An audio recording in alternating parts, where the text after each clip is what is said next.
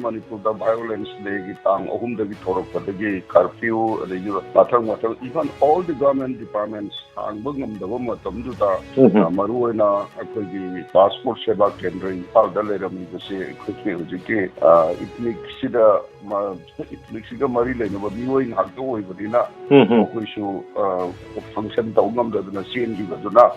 koi kano tawdana thanambadi adui marak sida mo emergency lai haidana kanagum karana taki rakudagi aina mi singdugi magi particular piro du numisi level again torga level le numisi mo hari ga numisi da suddenly curfew mu lauchalaga dagi di dum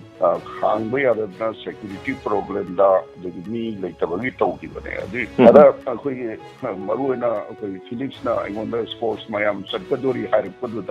aina mohna aigi hujiki JSI tare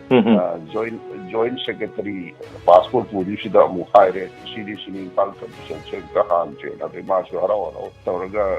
mi du ka hati de lei ko mi du koi posting toraga September 1 si da han che da right toraga hange do ngara aina confirm to kan da sinini umni sure han bai da kume adala mayam kogi baro da Felix na pandiba sports ki player mayam sakata jo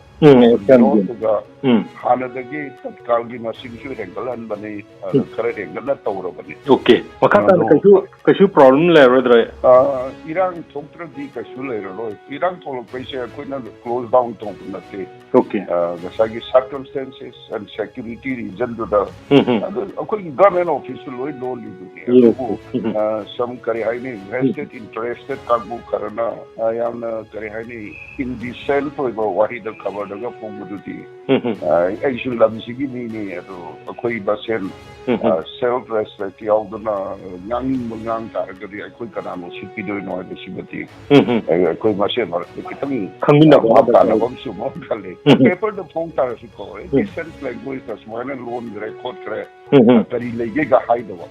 kirandan kai do lei thao hu kan lo le ga that kind of word yes and the English and sure with all I think when it will be civilization here muraga I have most of that for him